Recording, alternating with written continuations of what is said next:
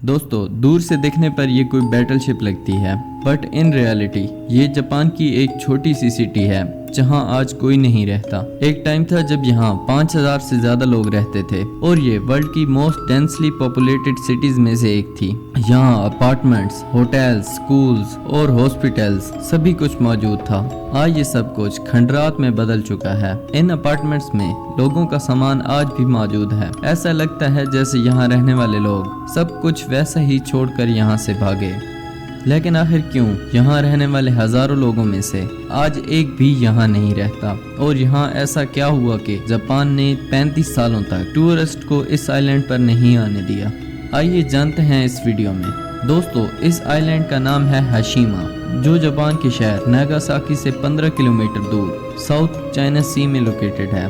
ये आइलैंड देखने में एक बैटल शिप की तरह लगता है, इसलिए इसे बैटल शिप आइलैंड भी कहा जाता है। दोस्तों, समंदर के इस हिस्से में 500 से ज्यादा आइलैंड्स मौजूद हैं, जिनमें ज्यादातर अनइनहेबिटेड हैं, यानी वहाँ कोई नहीं रहता।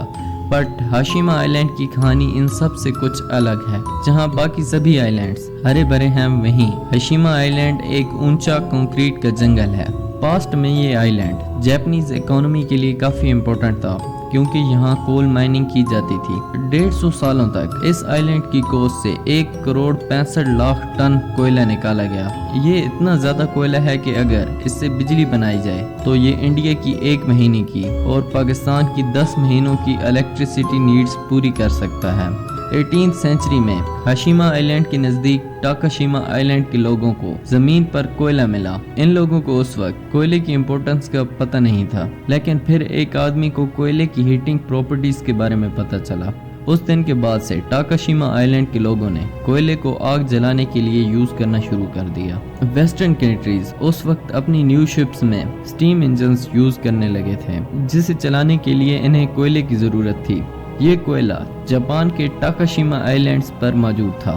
जैसे जैसे कोयले की डिमांड बढ़ने लगी तो लोगों ने इसे माइन करके निकालना शुरू कर दिया। आफ्टर अ वाइल टाकाशिमा आइलैंड से कोयला खत्म हो गया, जिसके बाद लोगों ने दूसरे आइलैंड्स पर कोयले को तलाश करना शुरू कर दिया। तभी इन लोगों ने हाशिमा आइलैंड को डिस्कवर किया, जहां काफी कोयला मौजूद था। उस टाइम कोयले को निकालने के लिए पुराने तरीके इस्तेमाल किए जाते थे, जैसे कि हाथों से माइन करके कोयला निकालना।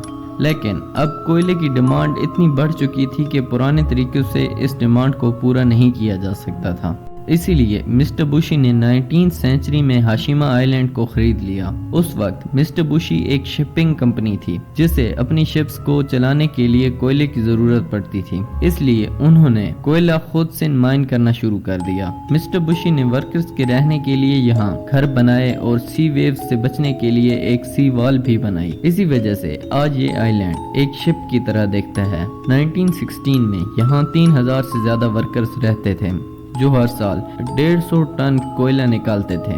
हाशिमा कोई ज्यादा बड़ा आइलैंड नहीं था, इसलिए मिस्टर बुशी ने यहाँ कंक्रीट रेजिडेंशियल कॉम्प्लेक्सेस बनाना शुरू कर दिए, ताकि ज्यादा से ज्यादा लोग यहाँ रह सकें। ये बिल्डिंग उस वक्त जापान की टॉलेस्ट बिल्डिंग थी, मगर फिर भी ये वर्कर्स के रहने के लिए काफी नहीं थी। हाशिमा आइलैंड पर वर्कर्स बढ़ते गए, जिसके साथ साथ यहाँ पर नई बिल्डिंग्स भी बनाई जाती रहीं। यहाँ वर्कर्स के बच्चों के लिए स्कूल्स और उनकी एंटरटेनमेंट के लिए सिनेमास भी बनाए गए। 1941 में यहाँ से 4,10,000 टन कोयला निकाला गया।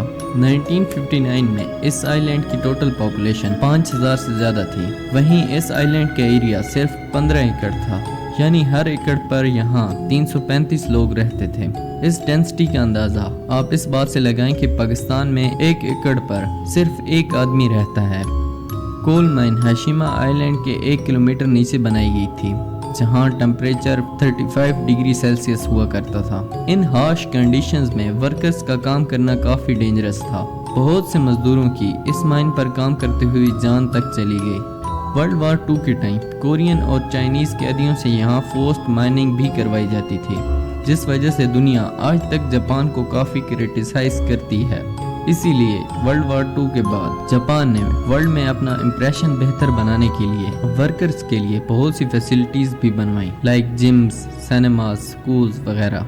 ये फैसिलिटीज वर्कर्स को फ्री प्रोवाइड की जाती थी, मगर इन्हें इस आइलैंड को मेंटेन रखना पड़ता था। यहाँ fresh water main land Japan से लाया जाता था। 1960s में हशीमा आइलैंड अपने अरूज पर था, जो जापानीज इकोनॉमी को काफी फायदा पहुंचा रहा था। बट इसके बाद वर्ल्ड में कोयले पर चलने वाले इंजन्स का डाउनफॉल स्टार्ट हो गया। कोयले को माहौल के लिए खतरनाक करार दे दिया गया और ऑयल ने कोयले को रिप्लेस करना शुरू कर दिया। इसी वजह से इंटरनेशनल मार्केट में कोयले की डिमांड गिरना शुरू हो गई। कुछ टाइम बाद कोयले की माइंस बंद होने लगी। हशीमा आइलैंड पर माइनिंग वैसे भी मुश्किल थी। एक तो ये मेनलैंड से कटा हुआ था, दूसरा ये कि समंदरी तूफान हर कुछ अरसे बाद यहाँ आते रहते थे। इन तूफानों से बचने के लिए यहाँ सी वॉल भी बनाई गई थी, लेकिन अक्सर तूफानों की वजह से ये वॉल टूट जाती थी, जिस वजह से मित्सुबिशी को ये वॉल फिर से रिपेयर करना पड़ती, जो कंपनी को महंगा पड़ रहा था। इन सब मुश्किलात की वजह से हशीमा कोल माइन अब प्रॉफिटेबल नहीं रही थी। 1970 में मित्सुबिशी ने 2000 वर्कर्स को यहाँ से निकाला। 15 जनवरी 1974 को कंपनी ने ऑफिशियली माइन को बंद कर दिया। इस माइन के बंद होने के बाद यहाँ रहने वाले सभी लोग इस आइलैंड को छोड़कर चले गए। आज हशीमा आइलैंड साउथ चाइना सी में एक गोस्ट टाउन बन चुका है। कई सालों तक जापान ने इस आइलैंड में जाने पर पाबंदी लगा रखी थी। कई लोगों का ये ब्लेम था कि जापान ऐसा इसलिए कर रहा था क्योंकि वो अपनी वर्ल्ड वार 2 की फोर्स्ड लेबर अट्रोसिटीज को छुपाना चाहता था। पर जापान का कहना ये था कि ये रूल उन्होंने इस आइलैंड से चोरी को रोकने के लिए बनाया था, क्योंकि बहुत से लोगों का सामान अपने अपार्टमेंट्स में मौजूद था। 2005 के बाद जापान ने ये आइलैंड टूरिस्ट के लिए ओपन किया। यहाँ मौजूद होटल्स को रिपेयर करने की कोशिश की गई, मगर ये इतनी बुरी हालत में थे कि इन्हें सही नहीं किया जा सका। यहाँ तूफानों की वजह से कई बिल्डिंग्स गिर चुकी हैं और बाकी गिरने वाली हैं। आइलैंड के कुछ हिस्से को रिपेयर किया गया है और यही वो हिस्सा है जहाँ टूरिस्ट को जाने की इजाज़त है। 2011 में जेम्स बॉन्ड की स्काईफॉल मूवी इसी आइलैंड पर शूट की गई। 2009 में जापान ने इस आइलैंड को वर्ल्ड हेरिटेज साइट बनाने की रिक्वेस्ट की। नॉर्थ कोरिया, साउथ कोरिया और चाइना ने इस रिक्वेस्ट की खुलकर ओपोजिशन की। उनका कहना था कि इसे यूनेस्को वर्ल्ड हेरिटेज साइट बनाना 1940s के फोर्स्ड लेबरर्स से ज्यादती होगी। आखिर में इनके बीच एक डील हुई, जिसके तहत जापान ने यहाँ फोर्स्ड लेबर को एक्सेप्ट किया और माफी मांगी, जिसके बाद इसे वर्ल्ड हेरिटेज साइट बनाया गया।